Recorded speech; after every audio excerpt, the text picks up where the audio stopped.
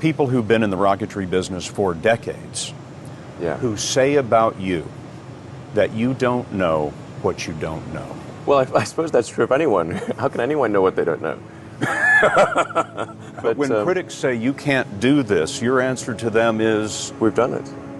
He's done it in partnership with NASA, which has given SpaceX technical advice and a contract worth up to $1.6 billion, mostly for 12 cargo flights to the space station. But SpaceX's lack of experience bothers some NASA legends like Apollo astronauts Neil Armstrong and Gene Cernan. They've testified to Congress that the Obama administration's drive to commercialize space could compromise safety and eventually cost the taxpayers. Now is the time to overrule this administration's pledge to mediocrity. You know, there are American heroes who don't like this idea. Neil Armstrong, Gene Cernan have both testified against commercial spaceflight in the way that you're developing it, and I wonder what you think of that. I was very sad to see that, because those guys are, those guys are heroes of mine, so it's really tough. I wish they would come and visit and see the hardware that we're doing here. And I think that would change their mind. They inspired you to do this, didn't they? Yes. And to see them casting stones in your direction. It's difficult. Did you expect them to cheer you on? So they're hoping they would. What are you trying to prove to them? What I'm trying to do is to make a significant difference in spaceflight and help make spaceflight accessible to almost anyone. And I would hope for as much support in that direction as we can receive. One of the most difficult choices I've ever faced in life was in 2008. I think I had maybe $30 million left, or $30 or $40 million left in 2008. I had two choices. I could put it all into one company, and then the other company would definitely die, or split it between the two companies.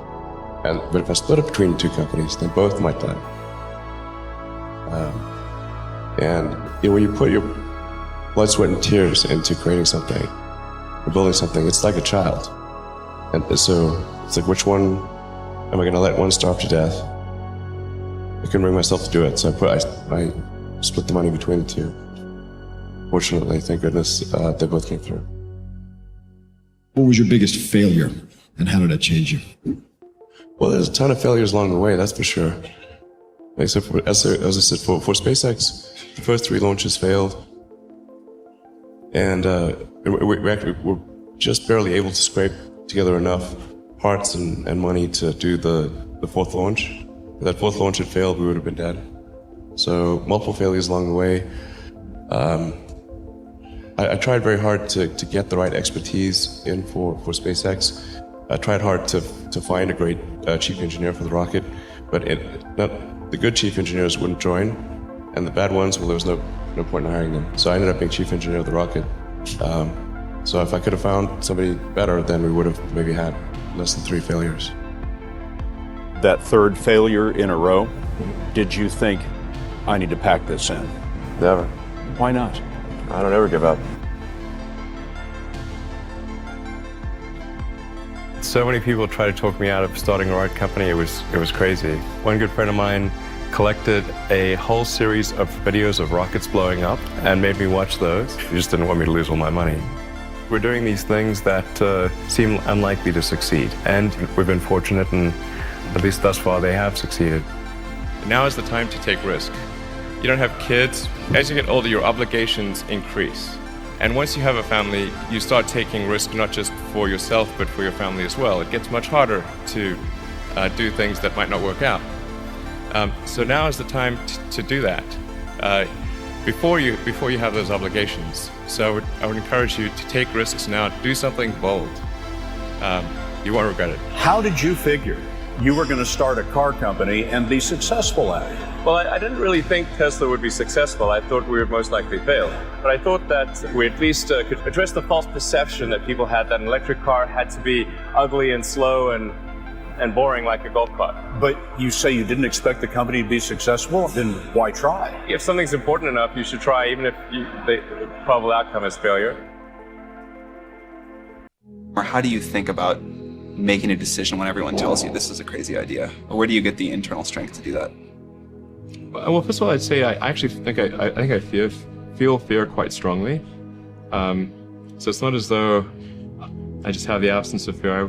I feel it quite strongly. But there are just times when something is important enough, you believe in it enough that you do it in spite of the fear. I think about what technology solution is necessary in order to achieve the particular goal, and then try to make as much progress in that direction as possible. I think being a multi-planet species and being out there among the stars is important for the long-term survival of humanity, and that's one reason. But then the part that I find personally most motivating is that it creates a sense of adventure, and it makes people excited about the future. If you consider two futures, one where we are forever confined to Earth until eventually something terrible happens, or another future where we are out there on many planets, maybe even going beyond the solar system, I think that second version is incredibly exciting and inspiring, and there need to be reasons to get up in the morning. You know, life can't just be about solving problems. Otherwise, what's the point? There's got to be things that people find inspiring and make life worth living. When my brother and I were starting our first company, instead of getting an apartment, we just rented a small office and we slept on the couch.